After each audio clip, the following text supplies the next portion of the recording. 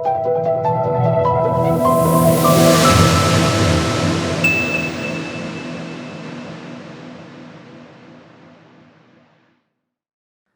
विनय जैन विजिल IAS digital platform में आप सभी अभ्यर्थियों का स्वागत करता हूं।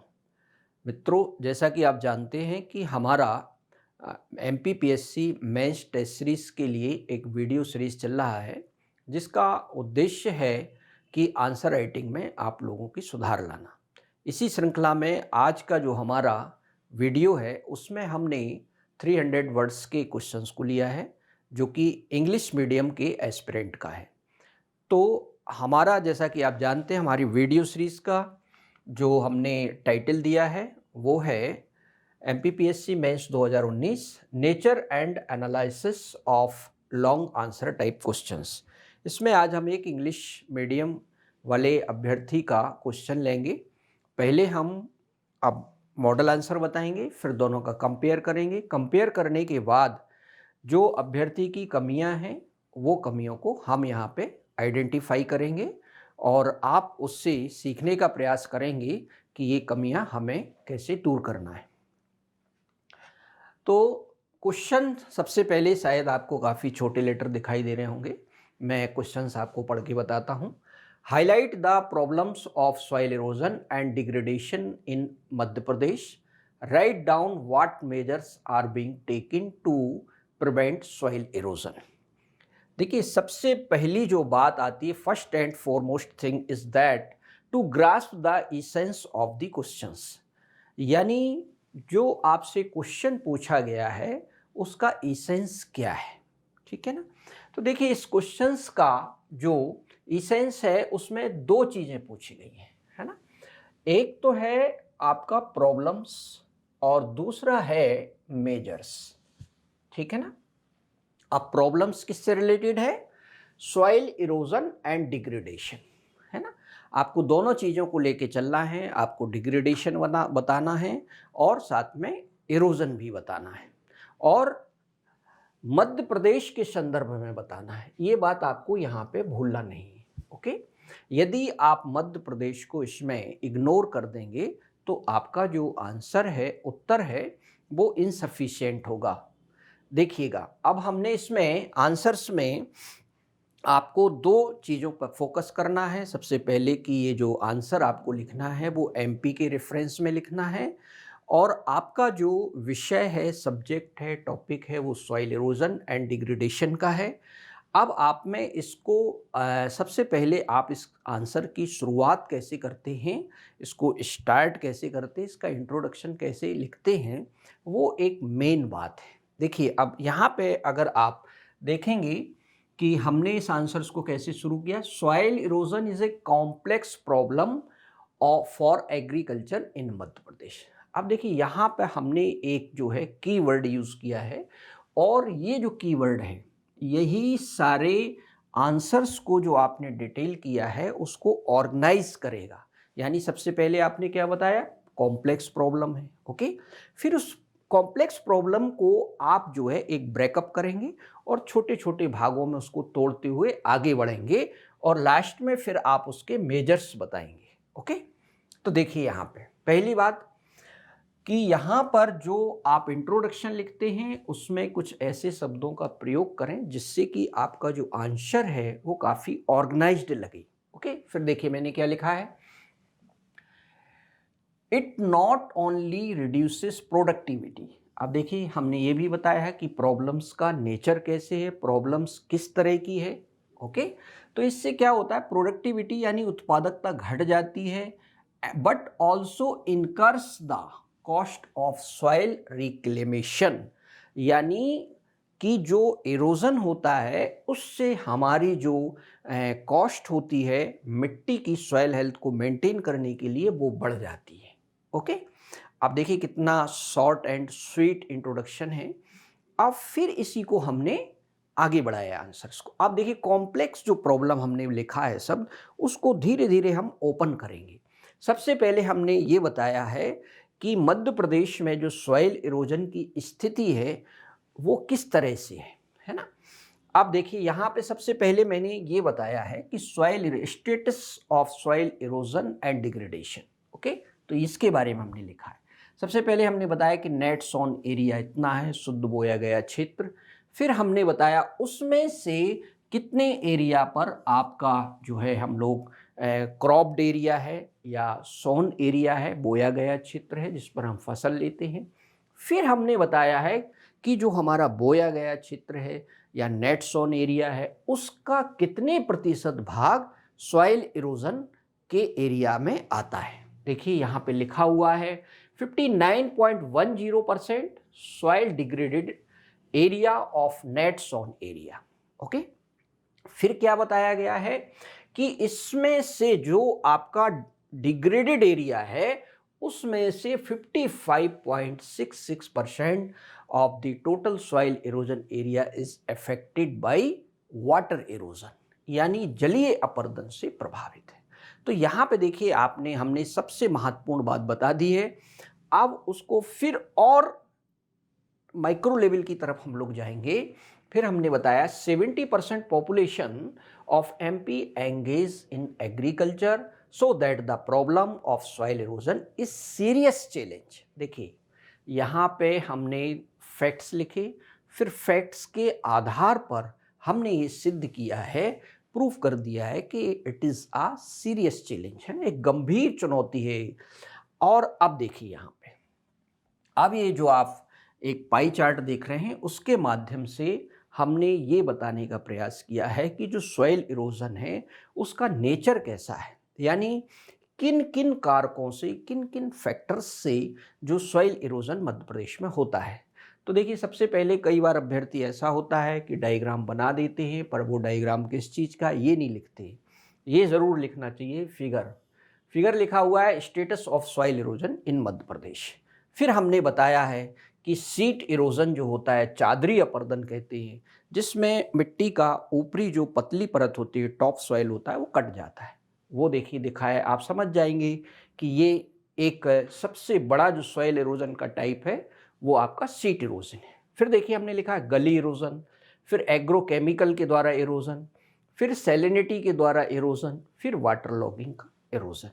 अब यहाँ पे अभ्यर्थी ने सारी चीज़ें यहाँ पे प्रॉब्लम्स जितनी तरह की हैं वो सारी यहाँ पे बता दी हैं। अब इन्हीं को बताना है कि ये कैसे होता है मध्य प्रदेश के अंदर, उसको देखिए हमने एक एक करके लिखा है।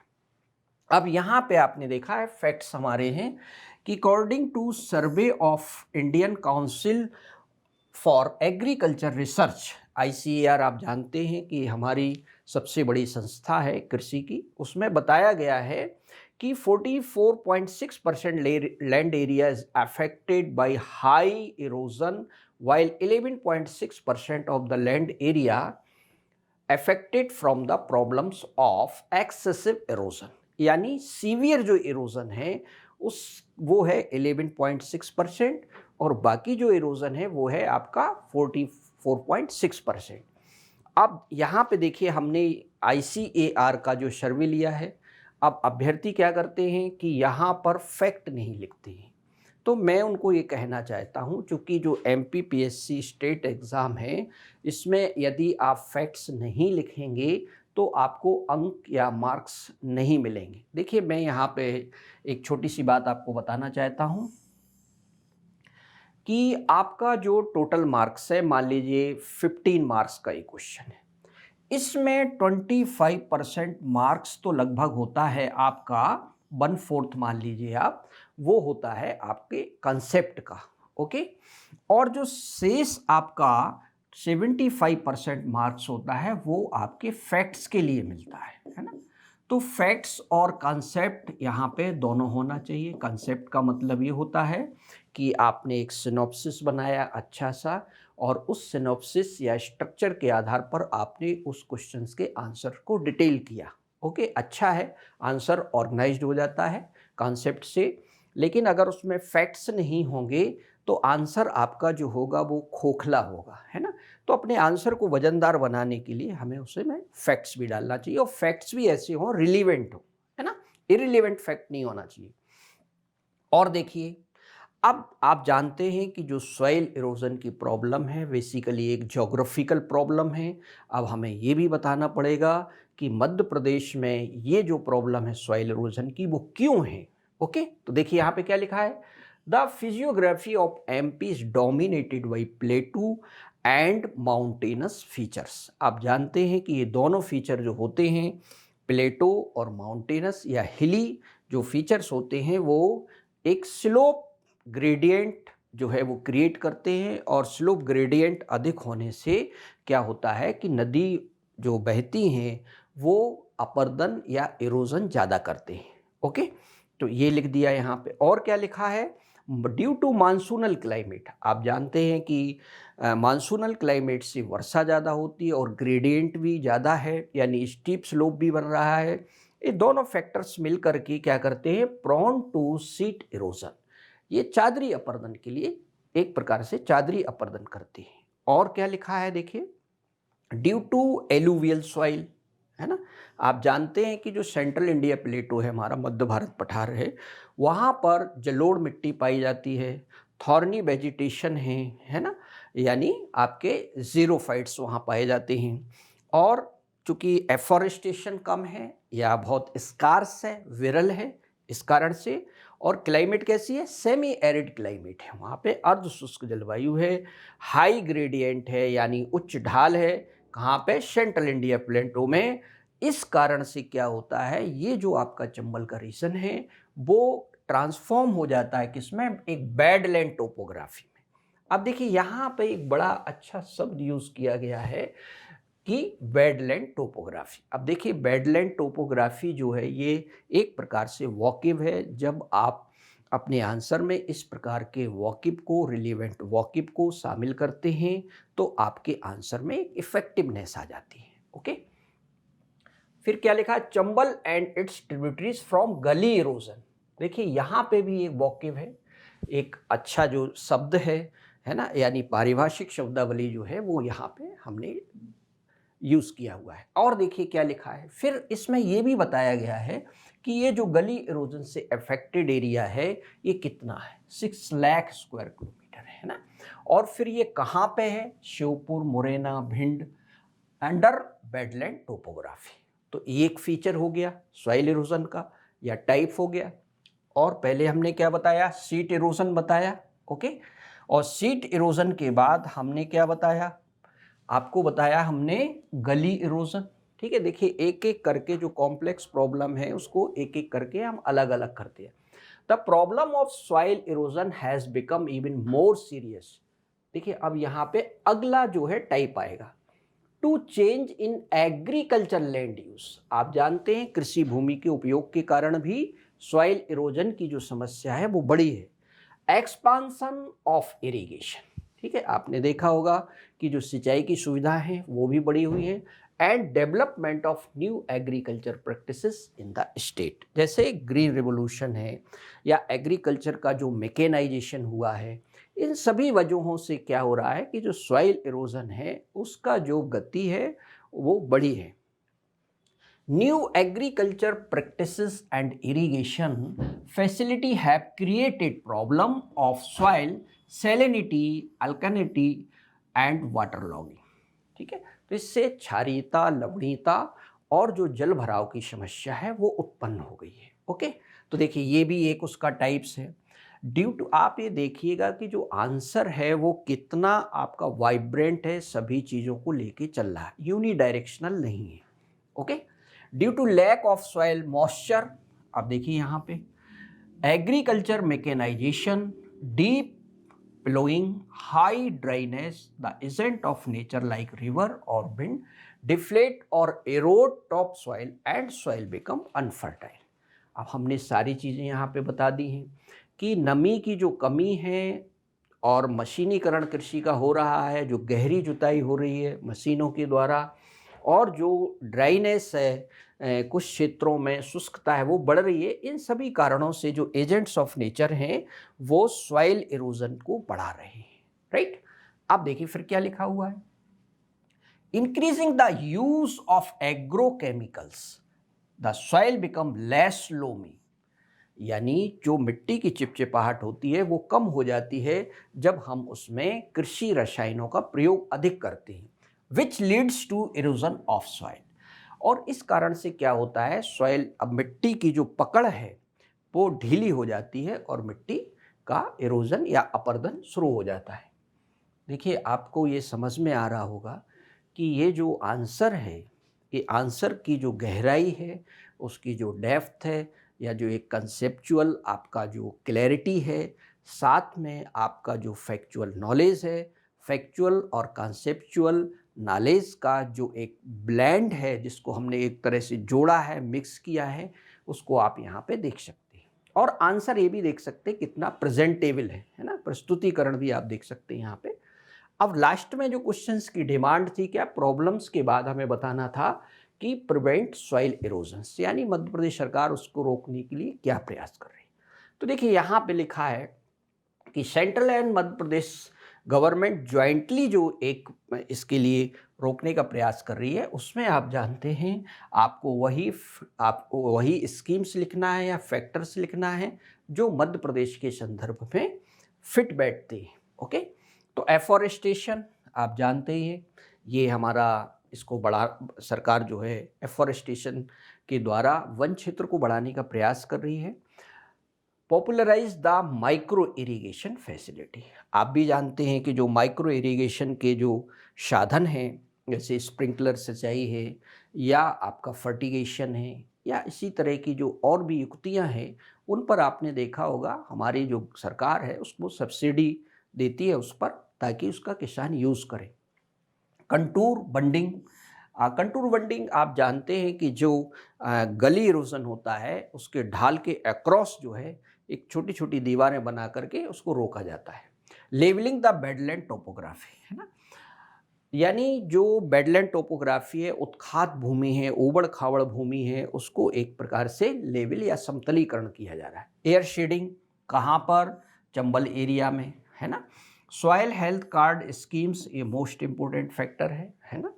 और फिर आता है प्रमोट ऑर्गेनिक फार्मिंग, ये भी रिलीवेंट है। और जीरो फार्मिंग, जीरो फार्मिंग का मतलब वो होता है कि जो मिट्टी जैसी है उसको वैसे ही बनाए रखना, उसमें कुछ भी नहीं डालना, ताकि मिट्टी अपने आप को नेचुरली एक प्रकार से रिक्लेम कर ले।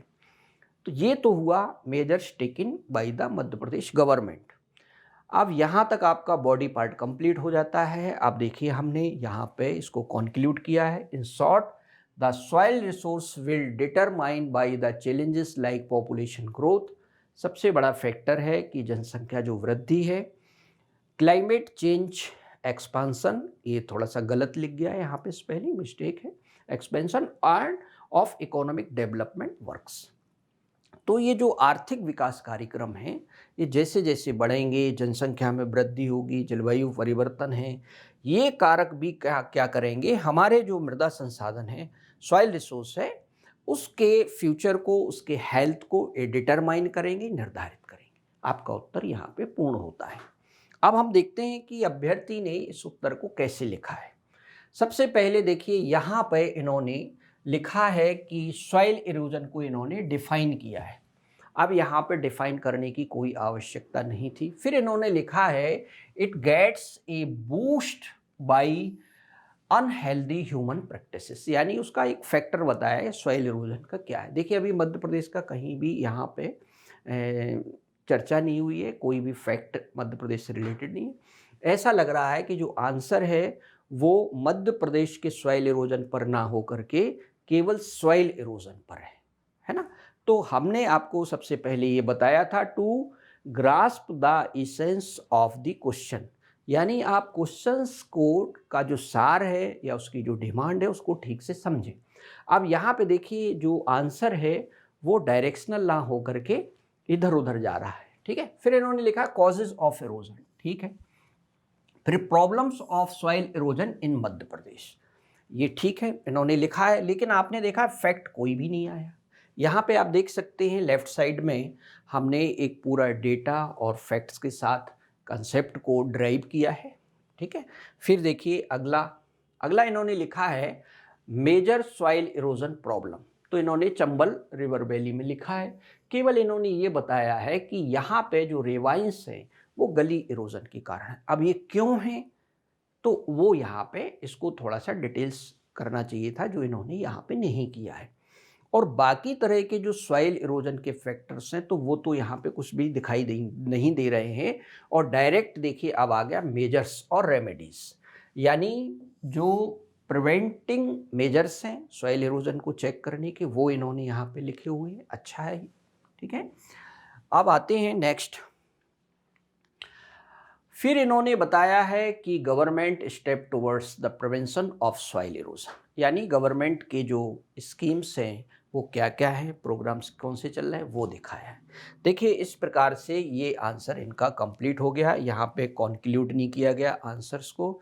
आप समझ सकते हैं कि आंसर्स में जिन चीज़ों को होना चाहिए था वो चीज़ें ना हो करके इनको जो नॉलेज था उन्होंने उस आधार पर लिखा, यानी आंसर जो था वो क्वेश्चन से एक प्रकार से बहुत अधिक कनेक्ट नहीं हो रहा था। अब यहाँ पर अभ्यर्थी को जब ये कहा जाता है कि आप इसमें फैक्ट्स क्यों नहीं लिखते हैं, तो अभ्यर्थियों का ये जवाब होता है कि सर ये जो फैक्चुअल नॉलेज है ये कहीं लिखा हुआ नहीं मिलता है।